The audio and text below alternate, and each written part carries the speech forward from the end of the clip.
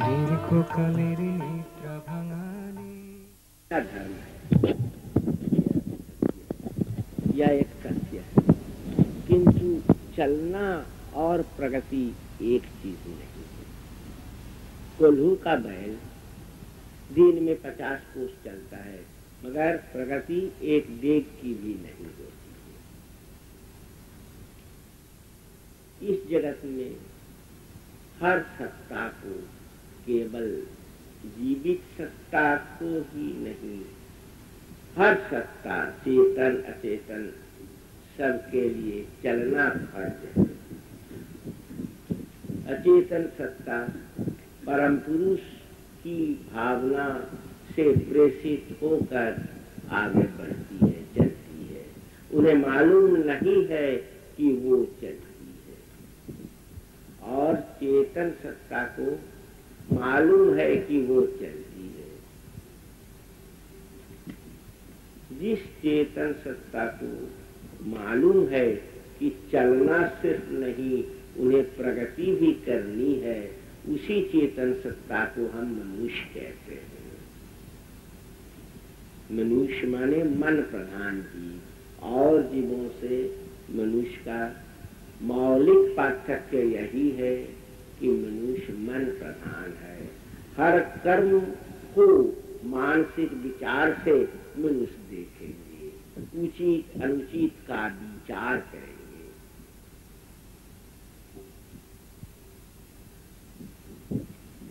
आज के मनुष्य महसूस करते हैं कि मध्य युग में, मिडिवल एज में, मनुष्य के सीधापन को एक्सप्लॉइट करके कुछ लोग अपनी चाह के अनुसार अथवा अपनी सुविधा के अनुसार मनुष्य के कंधे पर बहुत कुछ लाद चुके थे। उन लोगों में यह हिम्मत नहीं थी कि कहे कि मैं जो कहता हूँ ये मेरे विचार है। उन लोग क्या कहते थे? अपनी इच्छा, अपनी तमन्ना दूसरों के कंधे पर लादते वक्त कहते थे ये परमात्मा का निर्देश है, ये परमात्मा का पैगाम है। अगर हिम्मतवार होते तो कहते कि नहीं जी, परमात्मा का पैगाम नहीं है, ये मेरा विचार है। इसलिए किंतु मध्ययुगीय ये जो उक्तियां हैं, लोग इन्हें भी शास्त्र कहते हैं। दरअसल ये तो शास्त्र नहीं है जी, ये तो डॉगमा है। डॉगमा माने क्या है?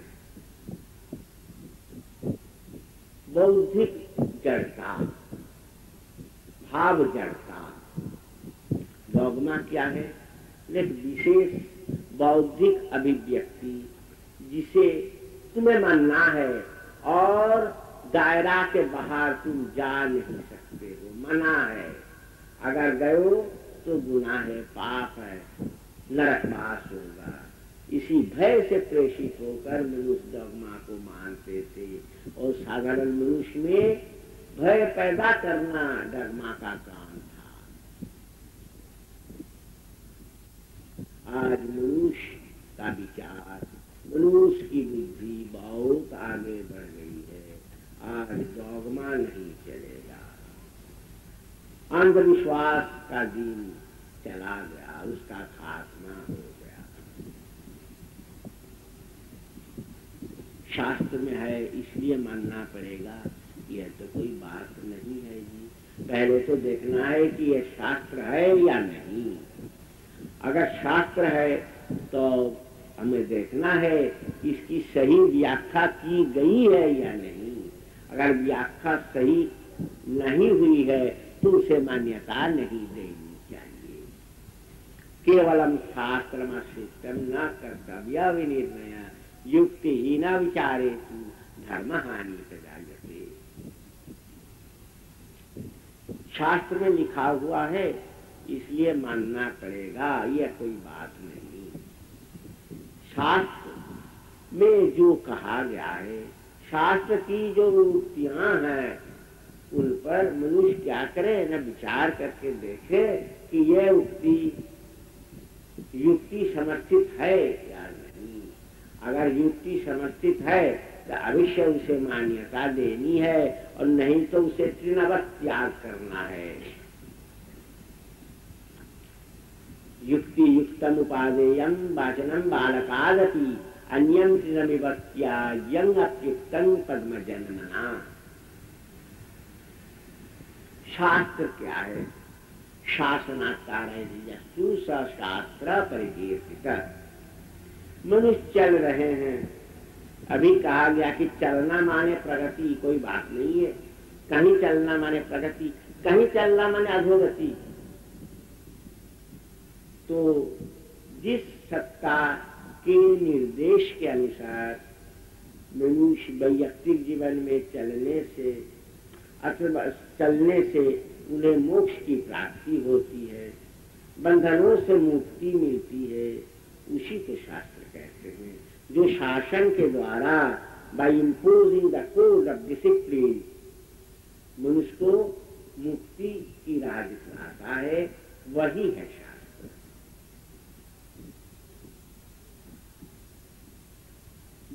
सिर्फ वैयक्तिक जीवन में नहीं, वैयक्तिक जीवन में साधना जगत में तो अवश्य ही है, और सामाजिक जगत में भी मनुष्य को क्या करना चाहिए? मिलजुल के इस तरह से चलना चाहिए ताकि एक के कारण दूसरों को असुविधा भोगना नहीं पड़े, और एक की प्रगति दूसरों की अधोगति का कारण नहीं बन जाए। इसलिए हमें जो सामाजिक ढांचा बनाना है, उसमें भी देखना है कि वो युक्तिपूर्ण है अथवा नहीं है। मनुष्य प्राचीन काल से धार्मिक जिज्ञासा मनुष्य के मन में, धार्मिक भूख मनुष्य के मन में प्राचीन काल से ही है, और उसी के कारण मनुष्य दर्शन बनाया, मनुष्य साधना क्रम बनाया, मनुष्य तंत्र बनाया, सब कुछ बनाया। प्रगति नहीं हुई नहीं कह सकते हैं, मगर सामाजिक ढांचा को ठीक से बना लेना चाहिए था। क्यों? सामाजिक ढांचा अगर ठीक नहीं हो, अगर मनुष्य का अन्न का, वस्त्र का, शिक्षा का, चिकित्सा का अभाव हो, परेशानियां हो, तो उनका मन बार बार दुनिया की जड़ता की ओर दौड़ना शुरू कर देगा।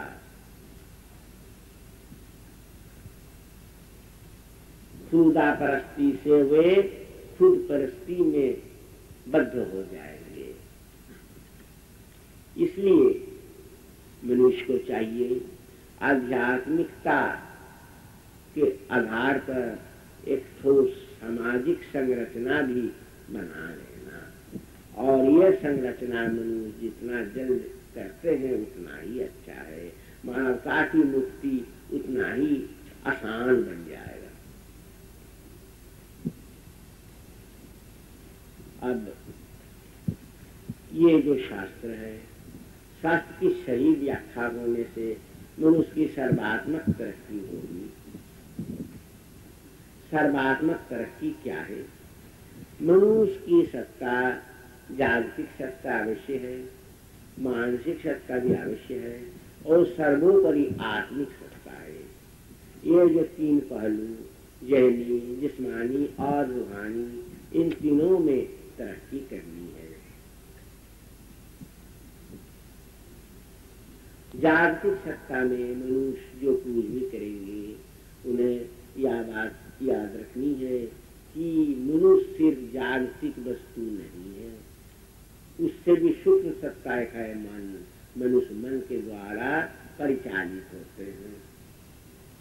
प्यार से कोई अगर सत्तू मिर्च दे दिया, मनुष्य खा लेंगे, और घृणा से अगर लड्डू पूरी दिए, मनुष्य नहीं खाते।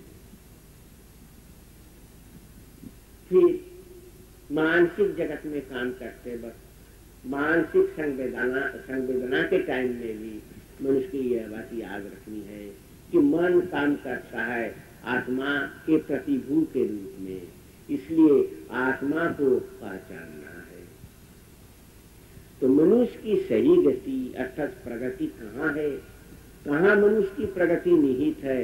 न आत्मिक संचलन में, आत्मिक अग्रगति में। और इस आत्मिक अग्रगति में शास्त्रीय निर्देश के अनुसार मनुष्य अवश्य चलेंगे, और वो शास्त्र ऐसा होगा जो सामाजिक, अर्थनैतिक, जागतिक, मानसिक, आत्मिक हर क्षेत्र में, हर पहलू में मनुष्य को दिशादर्शन करता रहेगा। मनुष्य शारीरिक मेहनत से तथा बुद्धि से जागतिक क्षेत्र में अपनी प्रतिष्ठा बना लेते भी हैं। वैदग्ध से मनुष्य मानसिक जगत में प्रतिष्ठित हो जाते हैं, और मानसिक चर्चा से भी प्रतिष्ठा को मदद मिलती है। किंतु आत्मिक जगत में मनुष्य कैसे आगे बढ़ेंगे? पुस्तक पाठ करने से अथवा शारीरिक मेहनत करने से आत्मिक तरक्की नहीं होगी। आत्मिक तरक्की का एक ही उपाय है, वो क्या है? अनन्य ममता विष्णु ममता ब्रह्म संगता। और चीजों से मानसिक वृत्तियों को क्या करना पड़ेगा? प्रत्याहार करना पड़ेगा, विड्रॉ करना पड़ेगा, और उन वृत्तियों की सामूहिक शक्ति को परम पुरुष की ओर चला देना पड़ेगा। यही है एकमात्र रास्ता। और ये जो रास्ता है अर्थात और भावनाओं को इकट्ठा कर परम पुरुष की ओर जब चला देना है, उसी का नाम है भजना, वही है भक्ति। तो परम पुरुष की प्राप्ति के लिए ज्ञान, बुद्धि, कर्मैषणा तुम्हें मदद नहीं कर सकेगी। उसके लिए एक ही राह है, और वो राह है भक्ति की राह।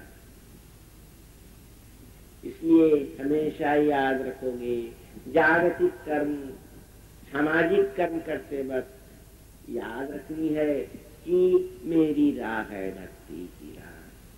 मानसिक चर्चा, इंटेलेक्चुअल परस्यूट्स में भी यह बात याद रखनी है कि मेरी राह है भक्ति की राह। और आध्यात्मिक साधना के समय यह बात याद रखनी है कि भक्ति ही एकमात्र राह है।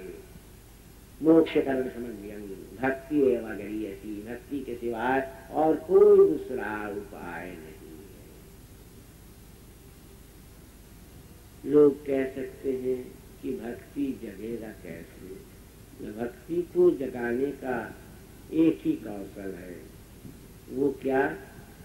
न हमेशा मन में सोचना, हमेशा मन में यह बात सोचनी है कि मेरा कर्म, मेरी भावनाएं सब परम पुरुष के सामने हो रही हैं, परम पुरुष सब कुछ देख रहे हैं, उनसे छुपी हुई कोई बात नहीं है, छुपा हुआ कोई कर्म नहीं है। यह बात याद रखने से मनुष्य महसूस करेंगे कि परम पुरुष हमेशा उनके साथ हैं। और जब मनुष्य में यह बोध आ जाएगा कि परम पुरुष हमेशा उनके साथ हैं, स्वतः भक्ति का जागरण मन में हो जाएगा। और तभी मनुष्य महसूस करेंगे कि उनके लिए दुनिया में आना सार्थक हो गया है।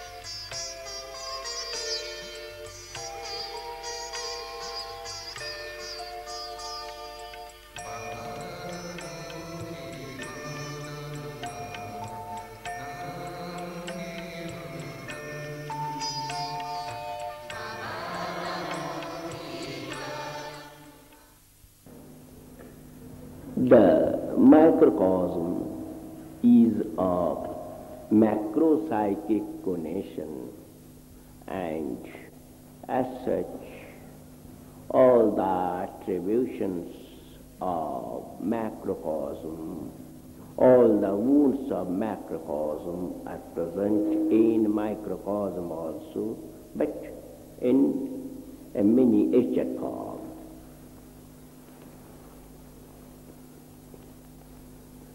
By nature, microcosm is an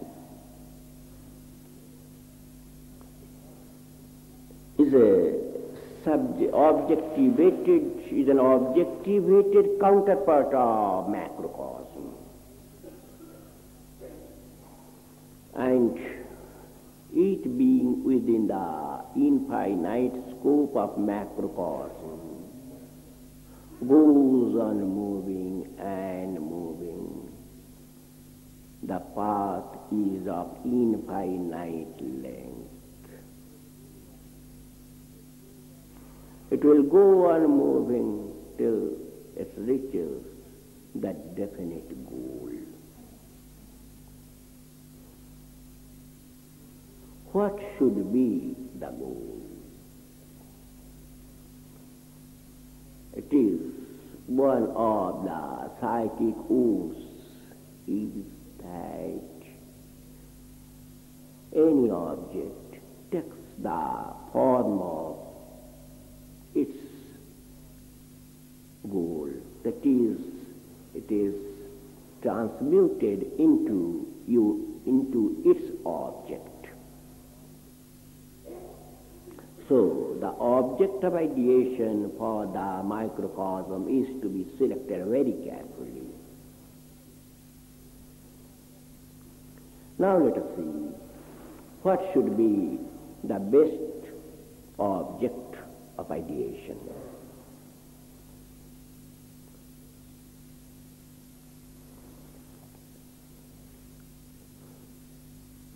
First of all, take the case of the tempos eternal.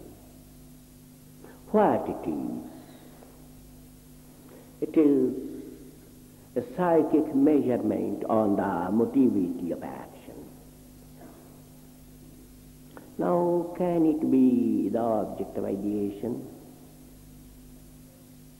It cannot be the object of ideation because first thing is, it is a psychic measurement.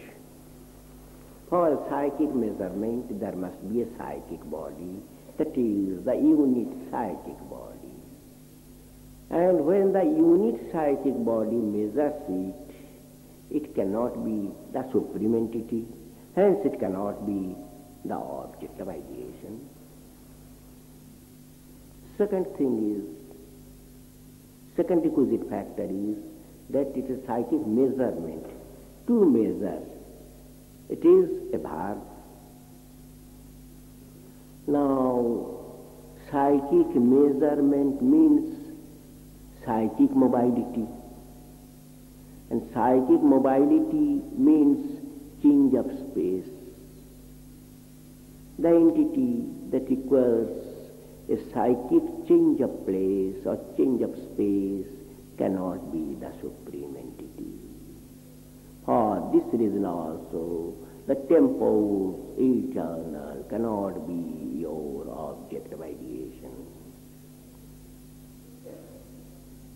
Third thing is, this measurement is on the mobility of action. What is mobility or what is mobility? It also is based on change of physical place or space. Then first this physical world is to be created, then the measurement of action is to be done by the psychic body of the microcosm. So the factors, the entity whose very existence depends upon these physical or psychophysical factors cannot be the supreme entity.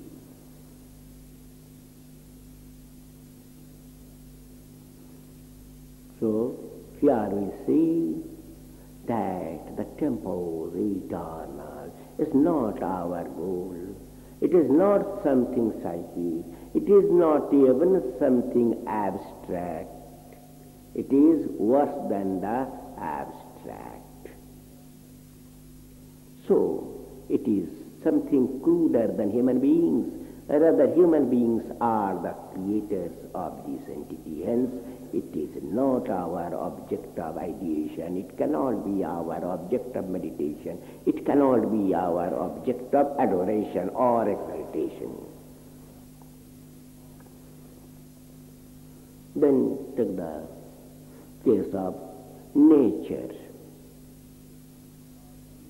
There are some persons, or there were some persons in the past who were worshippers of nature, worshipping tree, worshipping sky, like this. Can nature be the object of ideation? No, certainly not. What is nature? Nature is the name of a particular style according to which the operative principle functions. It is simply a style. That style cannot be the object of meditation or ideation. And second thing is, as nature is nothing but a style only, if that style becomes the object, then the very entity will be converted into a style only. A foolish idea. So, the nature worshippers, they may be learned scholars, but they move in fool's paradise. Nature cannot be your object of ideation. Then third, fate. There were and there are many people who are fatalists. They are worshippers of fate. Fatalist means worshipper of fate, worshipper of fortune and fate. They are worse than nature worshippers. What is fate? There is nothing called fate in this universe. So far as the philosophy can say, there cannot be anything called fate. What is fate? When each and everybody will have to undergo the reaction of his past actions. When the original action is known, we say it is the reaction of that action. Suppose your finger comes in contact with fire. You will get the pain, you will have to suffer, but at that moment you will say, or you will feel that because the finger came in contact with fire, that's why he is undergoing the trouble. But when the reaction takes place after a long gap, and when the original action is not known or forgotten, or the original action took place in another past life, there you do not know what was the original action, in that case you say it is fate, it is fate. But actually there is no fate. What we call fate is actually reaction of our past actions. In Sanskrit it is called sanskar. Sanskar. In Latin, reactive momenta.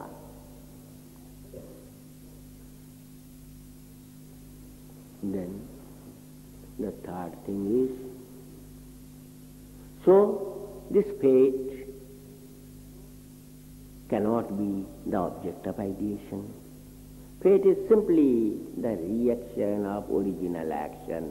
So when there is no original action, there cannot be any reaction. So reaction is a creation of your own action. when reaction is a creation of your own action, you are the creator, you are the father of reaction. So how reaction can be your object of ideation? No. A man must not be fatalist, a man must not be fate worshipper, a man should be bold. He should boldly face all troubles, all consequences. He must not be fatalist. So fate cannot be the object of meditation. Fight against fate. Then some people say that this earth is of accidental creation. This universe is of accidental creation. An accident is the root cause of this creation. So accident is the God because it created the world. And so accident should be the object of ideation. It is also a foolish idea. What is accident? There is nothing called accident. Everything is incident.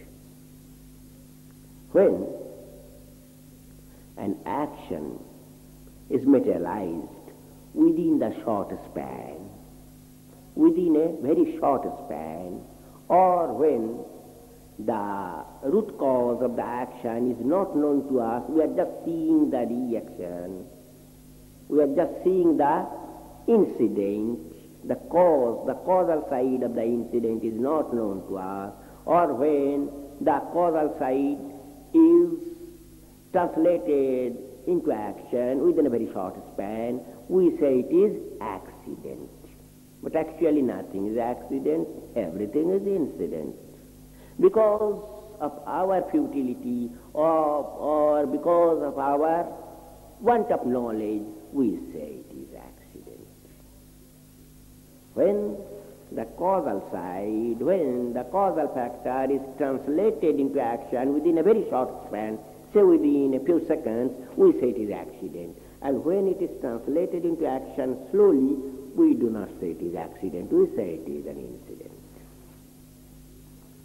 So accident is not something providential, or accident is not something beyond the scope of time, space and person, because all accidents take place within the span of the scope of time, space and person.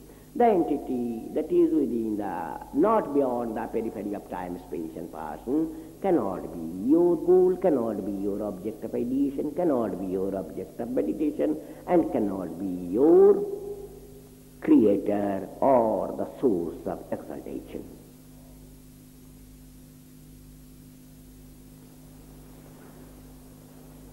Some people say, these quailment factors, suppose this universe is made of the quailmental factors. What are these factors? They are nothing but condensed form of energy.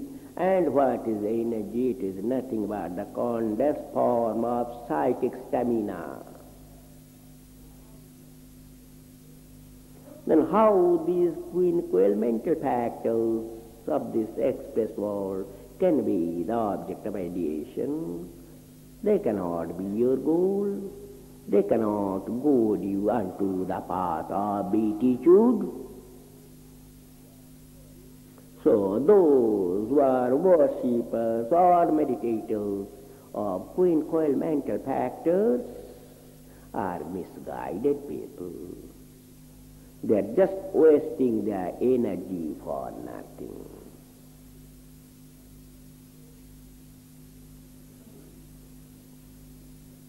Some people are of opinion that the cosmic energy is the original source or causal matrix of the universe.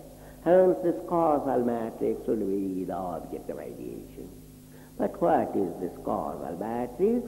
Causal matrix, this cosmic energy cannot be regarded as the causal matrix because it is a blind force. Energy is a blind force. Electricity is a blind force. It is being controlled by human intellect.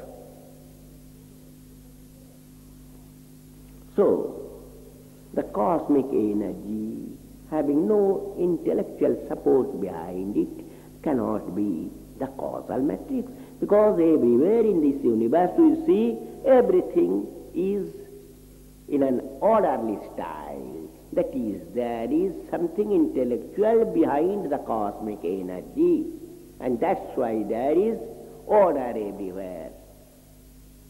There is system everywhere. The entire creation is of a systematic order, so it cannot be a creation of blind force or blind energy. There must be some intellectual force behind it. So, the cosmic energy cannot be treated as the causal matrix and cannot be ascribed, no godhood can be ascribed to it. It cannot get the status of causal matrix. Some people are of opinion that there is the soul, there is the spirit in each and every structure, and that spirit is the goal of our life.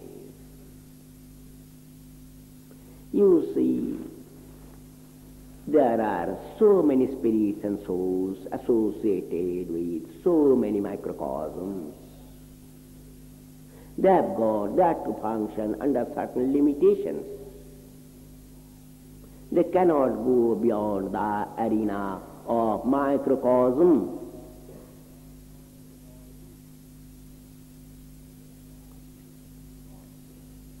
An object, or rather an entity, having such a limited scope, like unit spirit or unit cognitive faculty, cannot be your object of ideation, cannot be the Supreme Creator. Then, who is your object of ideation? Who should be your object of ideation? Who is the faculty that creates you, feeds you, and takes you on his lap when the proper time comes?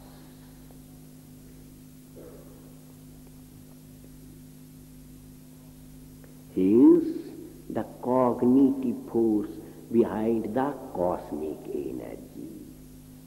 He controls the cosmic energy with his intellectual and intuitional power. He is the Paramapurusha. And actually he is the causal matrix. And so he should be your only object of ideation, only object of meditation. And he is the Supreme Father. There is no other alternative but to move along his path. He knoweth all, be one with him. Now, from the very start of your life in distant past and up to the final culmination of all your movements and marches, you are with him. You will be with him, and under no circumstances you can be away from him. So he is the only object of ideation, that Paramapurusha. The root meaning of the term Baba is the dearest one or the nearest one. As he is the Supreme Father, the Paramapurusha, he is Baba of the entire creation. And because you are the created being, you are his loving children, you are also his Baba, because Baba means nearest and dearest one.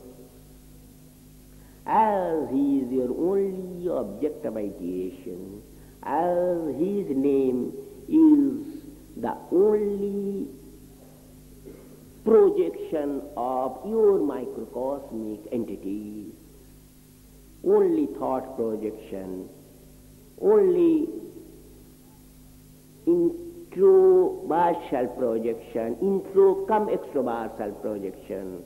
So his name should be always with you, in your mind, in your tongue, in your vocal cord, everywhere.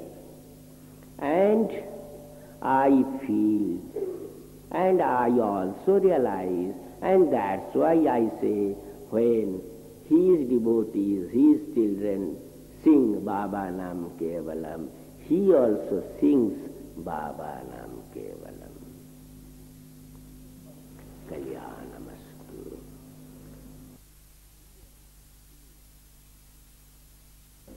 Now what should I say? DMC is over.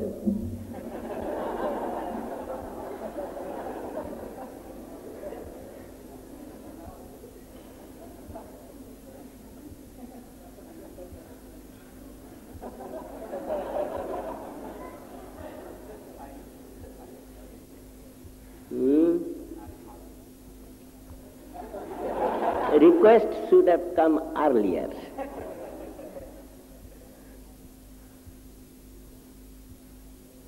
But yes, there is many a thing to say regarding this ancient alpine civilization, but I didn't get the chance. Last night during DMC, I said Parama Purusha is the only object of ideation.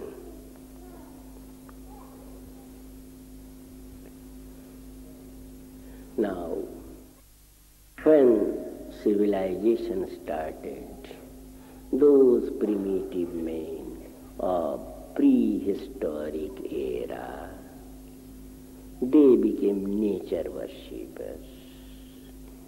And as human society and human civilization went on progressing, they started their philosophical surveys just to find out the person behind the curtain.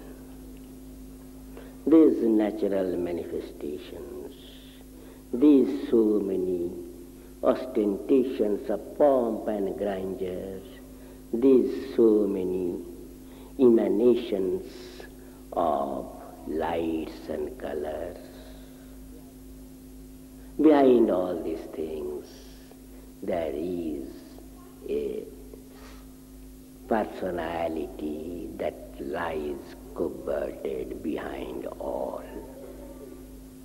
And he is the Parama Purusha.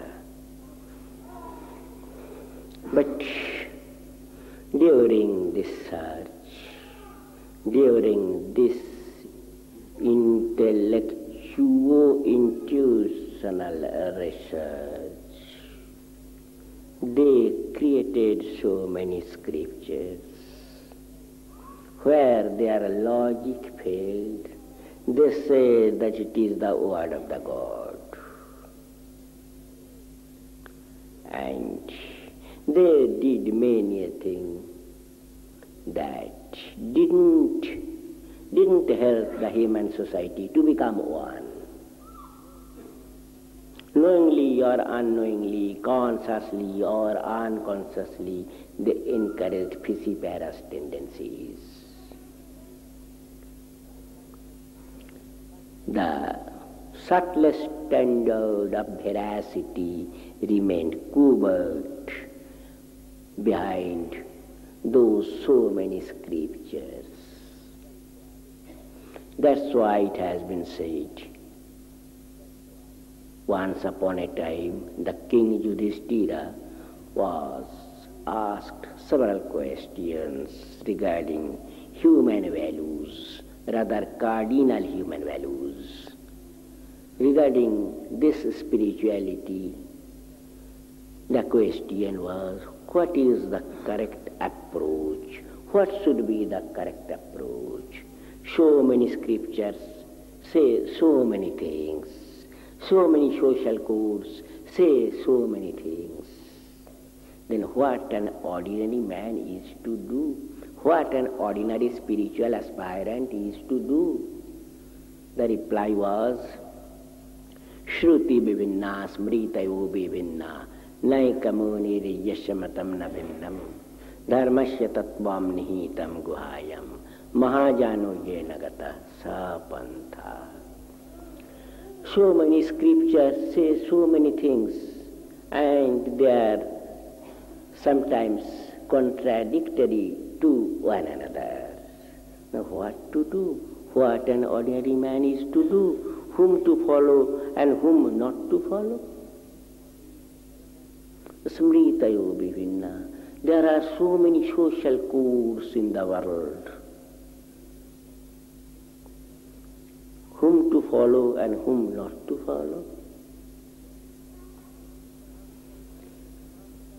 And amongst the intellectuals, there are diversities of opinions. One intellectual doesn't tally, doesn't recommend, doesn't support the views of others. And it is the greatest weakness of intellectuals that they always encourage disunity.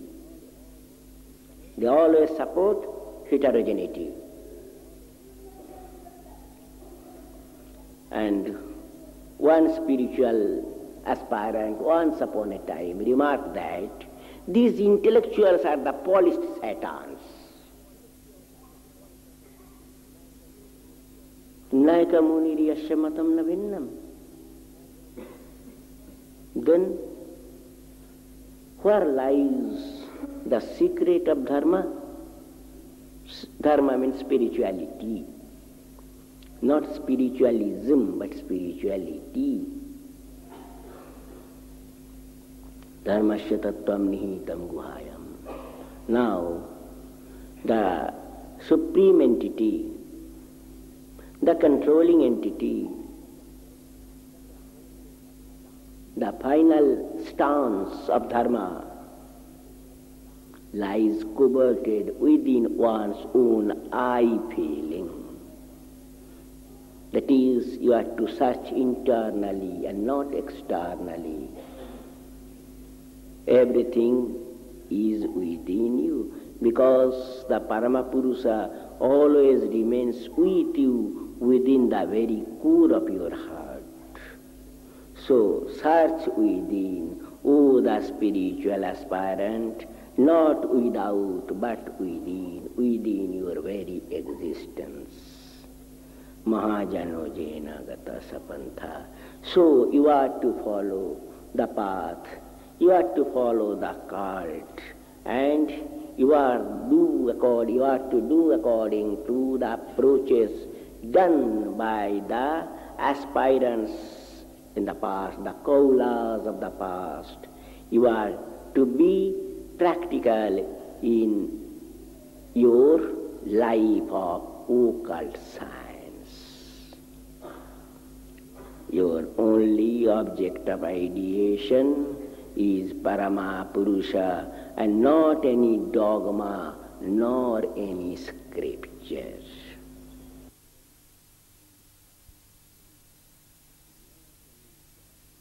There cannot be more than one noumenal cause. The supreme noumenal entity is a singular one.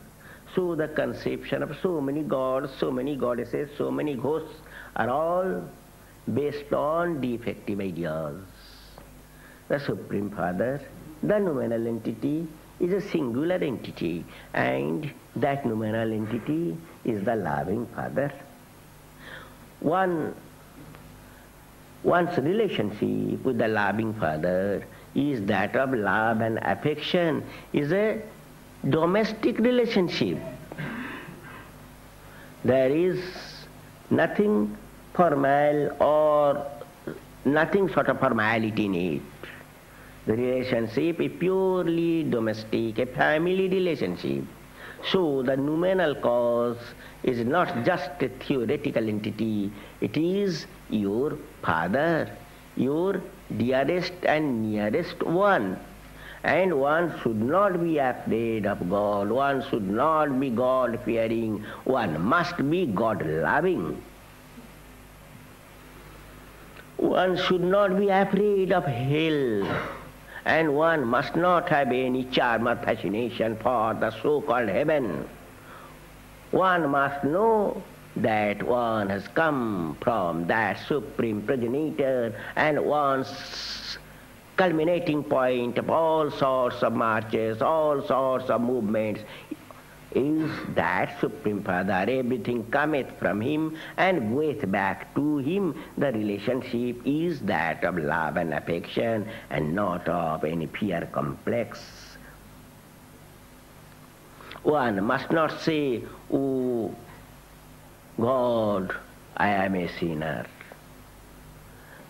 You need not say like this. It is superfluous to say like this, because whatever you did is known to him. Then what's the necessity of saying, "Oh God, I am a sinner"? He knows everything. You need not remind him that you are a sinner. And you know, if you always think like that, "I am a sinner, I am a sinner," and actually you will become a sinner if you are not a sinner. Because what a man thinks, he becomes like that. If you always think like, "I am a sinner, I am a sinner," then actually you will become a sinner. So what you are to think, what you are to ideate upon, that is, "Oh Father, I am your loving son. I was a bit misguided. Now please help me. And I want to sit upon your lap. I want to remain with you. I want to be an ideal boy, an ideal girl of yours. Just help me. I am very weak and you are the strongest personality." You should say like this. Why should you say, "I am a culprit, I am a sinner, I am a bad man"? And you may be in the social sphere, in any other sphere, in civic sphere, in any other sphere of the society. You may be a bad man, you may be a bad girl, but for your Father you are not at all bad. He will always try to save you and always try to rectify you. He has got immense grace for you. So you should not destroy or distort your career by saying that, "I am a sinner, I am a bad man." Then naturally Father will be angry. He will say, "Oh, naughty chap, I know you are a sinner. What's the necessity of saying like this?" So you should remember the noumenal cause, although it is the supreme entity in the entire universe, but it has got a very close relationship with you. That supreme noumenal entity is your loving Father, and he is not the judge of a court. He is your loving Father. The relationship is purely domestic. Now,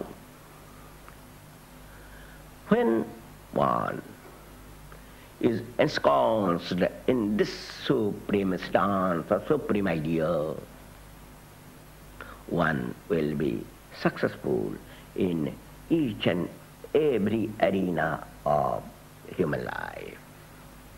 Whatever he will do, suppose he is doing some social service, he is rendering some social service, his service will be beautiful and he will get immense pleasure in it. But if there is no love for the supreme entity, then what will happen? Your work will be fruitless and you will suffer from different kinds of psychic diseases, including prostration. If you do your sadhana for 10 or 20 or 24 hours in a day, but there is no love for the supreme entity, you are simply what? misusing the time, abusing the time. So the first and foremost thing is that you should always remember that you are not an ordinary man. You do not come from an ordinary family. You come from the noblest and highest family of the universe, because your father is the most respectable person in the entire universe. So you must not suffer from any sort of defeatist complex, any sort of fear complex, and any sort of hopelessness or helplessness, because your father is always with you. You know, the supreme noumenal entity maintains the closest relationship with all other apparent noumenal entities, so-called noumenal entities. And those so-called noumenal entities maintain link with each and every expression of this universe. This indirect link of the noumenal entity is called Pruta Yoga in Sanskrit. That is, whatever you are doing is indirectly known to him through your direct noumenal entity. And not only that, he keeps direct relationship with you also. Today we will decorate the hall in a very nice way, as is done in case of DMC. And when Baba will see these things, he will say, let there be DMC. See,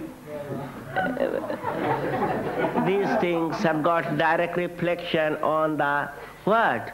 Not on your apparent noumenal entity, but directly on the supreme hub, directly on the supreme noumenal entity. And he will say, let me satisfy those little boys and girls by declaring a subject of discourse.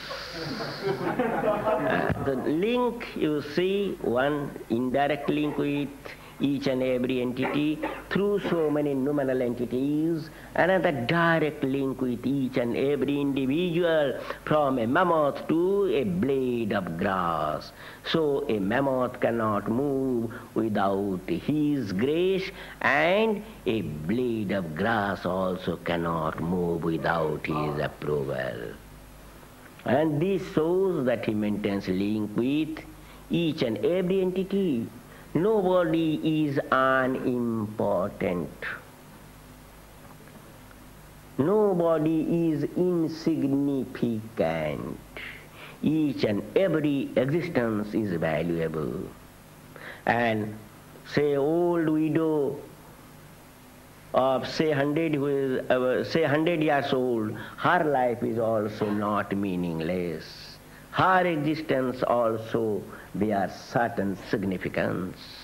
If an ordinary ant dies a premature death, the equilibrium of the entire universe will be lost. Nobody is unimportant.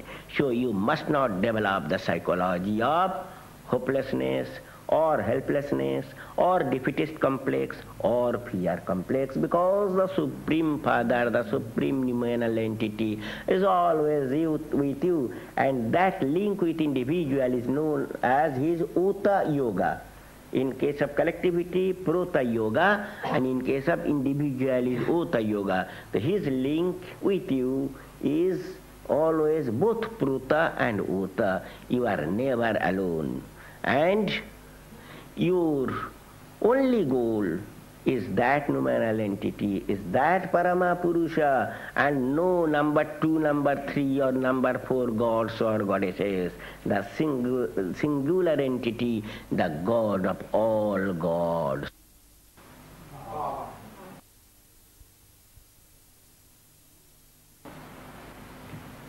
Last night I said that in our psycho-spiritual process, our starting point is within the realm of time, space and passing.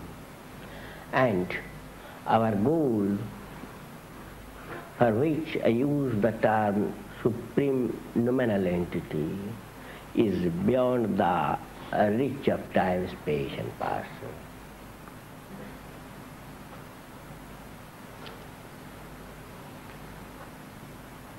Now, in course of this occult practice, the bondages of mutative principle, static principle, and sentient principle become loose. Now, when the bondage of static principle disappears, the aspirant enjoys a particular nature of bliss.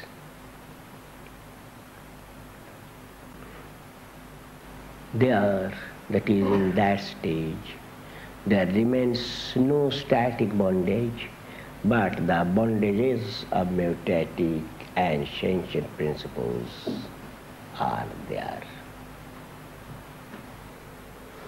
Then again, the bondage of mutative principle disappears. And finally, when the bondage of sentient principle disappears, man becomes one with his object of ideation. Now, when the primordial phase, when after starting from the physical sphere, the man, the aspirant, is just to cross the cordon of static principle, he enjoys a special nature of pleasure. You may say pleasure because it is not the supreme beatitude, but it is a distorted form of beatitude, not purely pleasure, something higher, something subtler, something more charming, more beautiful, more fascinating than pleasure. That enjoyment, that psycho-spiritual enjoyment is known as dasha in Sanskrit. In dasha phase, the aspirant enjoys a sort of inner pleasure, but his sensory or motor organs fail to express it. Even the language is too weak to convey the experience.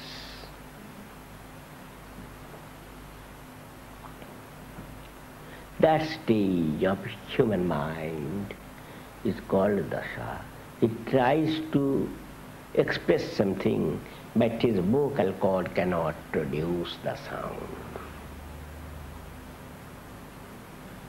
In that stage, he may create a sound like this, but no definite language is expressed. Just when the aspirant crosses the cordon of the supreme point, static point, just to the other side, he feels another type of pleasure. And in that case, it is a subtler phase. In that case, he feels that he is with his goal. He is with the supreme entity. And the universe is also there. But he feels that he has become a strong person physically, mentally, spiritually. And under such circumstances, he doesn't care a fig for what the world says. This phase is called bhava. When a man is in bhava, it will be very easy for you to understand it, because there will be certain expression not in the vocal cord but from here. Perhaps you have seen Baba, Baba saying like this. Have you seen it? Because the expression comes from this point.